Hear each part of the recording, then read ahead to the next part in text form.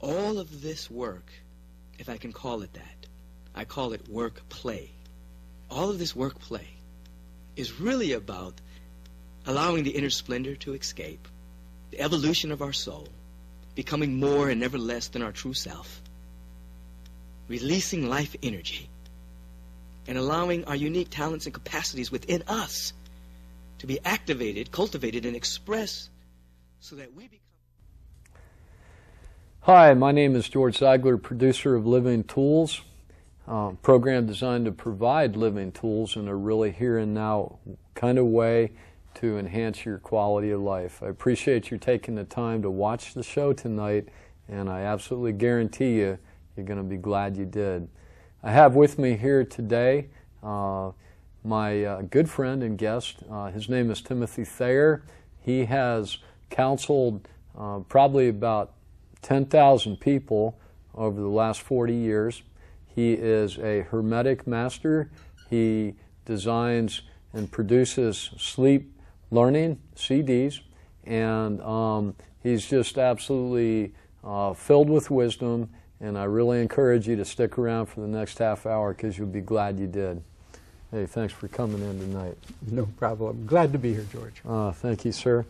I was reading over your biography before you came to visit with us here tonight, and it said that you practice Hermetic astrology. And I'm curious. I've heard of astrology, obviously, but I have never heard of Hermetic astrology. So maybe you could share with us what that means. I absolutely will. Hermetic refers to the terms of Hermes, who was the chief god of Egypt, also called Thoth. And according to ancient tradition, he carved on emerald tablets the 7 laws of the triplane reality of body, mind, and spirit, the laws that operate on all 3 planes. And he brought with him the knowledge of astrology. Only in one place have I ever heard of where these astrology signs came from. And it was in an old book that one of my teachers had. And it said that these original signs in our galaxy, the Leo for the line for Leo and so on, were carved in the fiery heavens by the finger of God. Now that is and Hermes came with the message of astrology based upon his particular teachings and those 7 Hermetic principles. Wow, that's beautiful. Yeah. And I would ask you then, it's hard to resist asking what the 7 principles are, or if you prefer, you could share with me how these principles have helped you to understand human nature better. Or if you want, since you're my friend, you could do both. I'll do a little bit of it. In fact, I'll tell you the first of the 7 Hermetic principles, that this is a reality of perception, that it only exists because of our ability to perceive it. And further, that it is exactly as we perceive it. 1,000 little bugs hovering over a pond, and each one of them is having their own unique experience as they perceive the reality around them. The reason that we have form is to perceive, because we cannot perceive without form. And so that principle of mentalism is the reason why the Mercury, the planet of communication, there was also a Greek and Roman god called Mercury, the winged god, the messenger, who was also previously Hermes. And so this, bringing about these 7 principles, have helped enormously in understanding the eternity of life. To understand human nature, we have to understand the purposes and the principles upon which life exists here. And it is not just physical. We have within us the drive to seek deity, to look for God, to seek higher, to go farther in our minds and our imaginations and our learning. And it's built into our DNA. And I'll give you a profound thought. Okay. These 1,000 little bugs hovering over the pond, everything that is alive has as its main drive the willingness and ability and desire to stay alive. Okay? And yet, everything that is alive is going to suffer a death experience. Everything that is alive is going to do that. But nothing that is alive will ever die. The eternity of our experience here is an evolution into ever more complex states of consciousness. And Hermetic astrology is the levels of these experiences that take us into these ever more complex states of consciousness. Understanding your astrology quotient, your birth chart and what is in it, will help you enormously to understand some very basic talents and abilities and what is really, really the content of your life. Because, as I was discussing a little earlier, there are three facets to the triplane reality. The first is power, the ability to stay alive by the sun. And where the sun is in your natal astrology chart, according to Hermetic astrology, is where the dynamics of your life will be empowered, where you have the greatest strengths to bring forth your greatest ideas.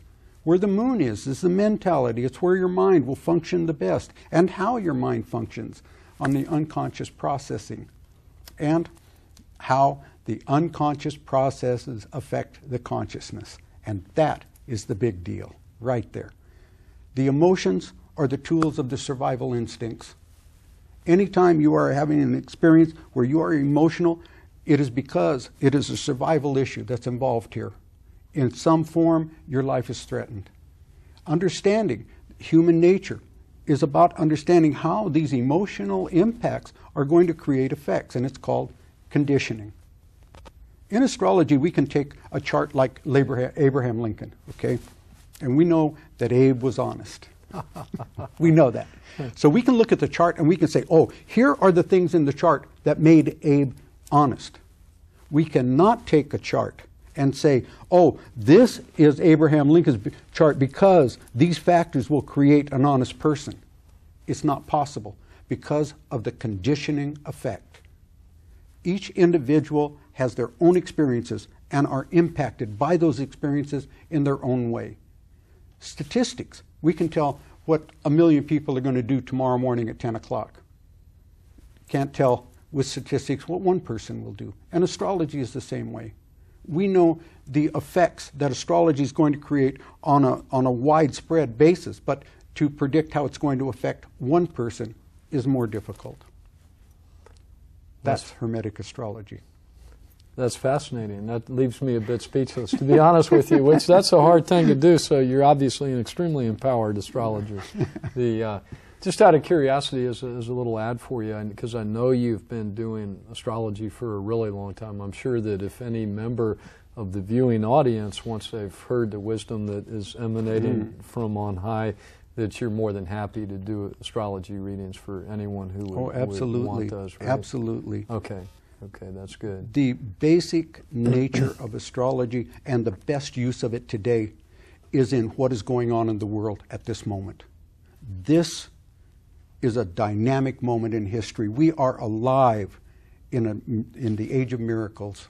And this has to do with the Mayan prophecy for 2012, but it is also about the Hermetic ascension into higher consciousness. Everybody on the planet right now is becoming more psychic and more intuitive and more able to have premonitions to see the future. So, according to quantum physics, the future exists, even as we speak.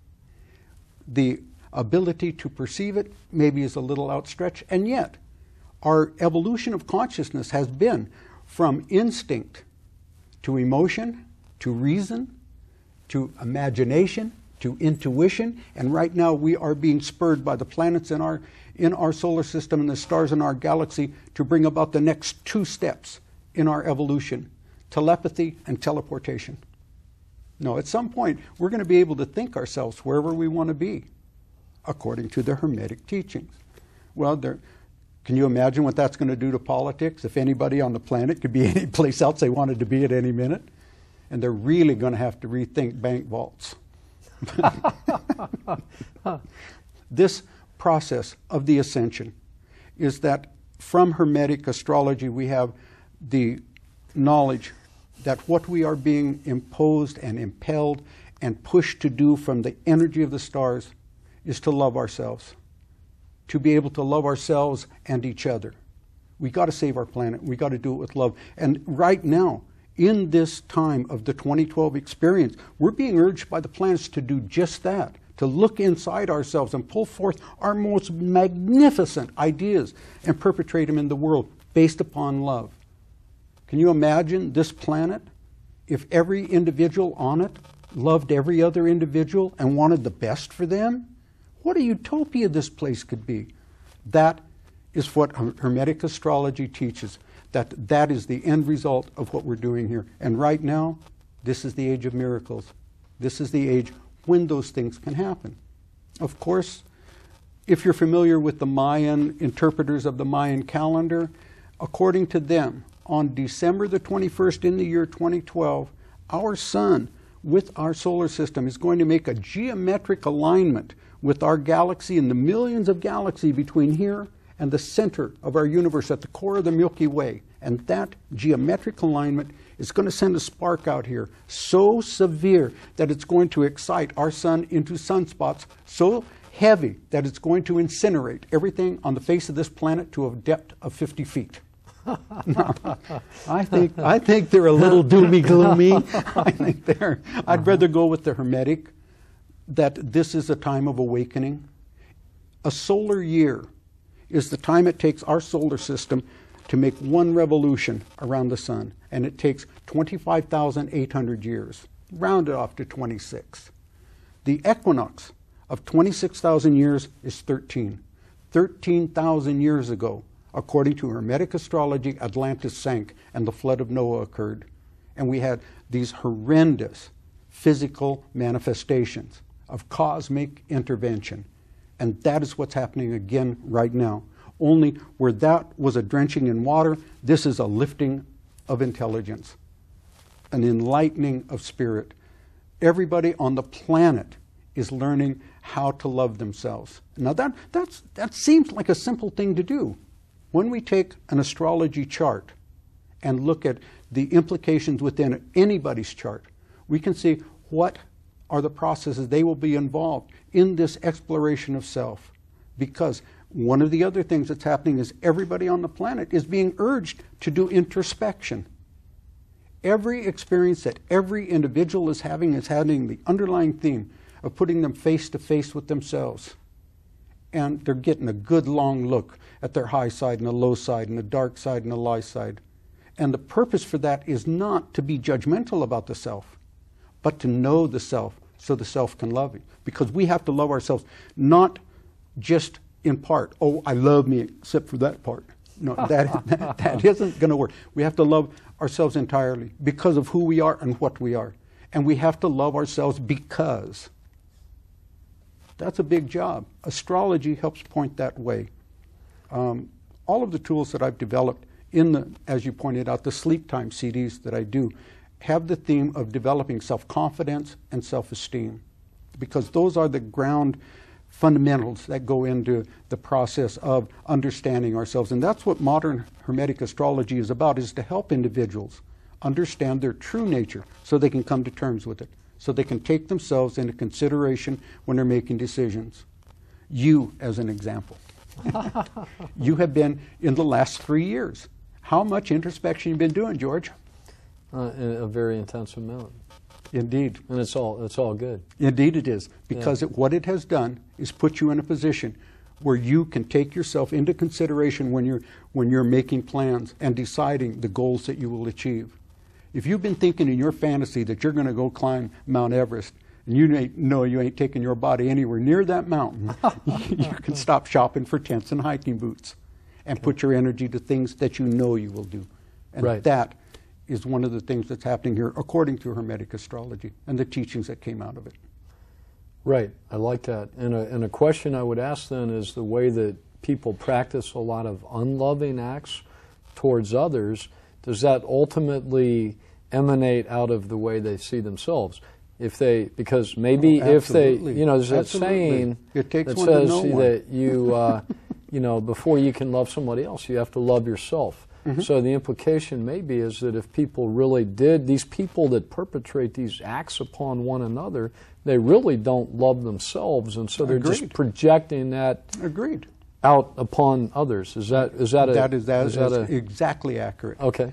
But the problem with that is karma. I see. I'm going to explain karma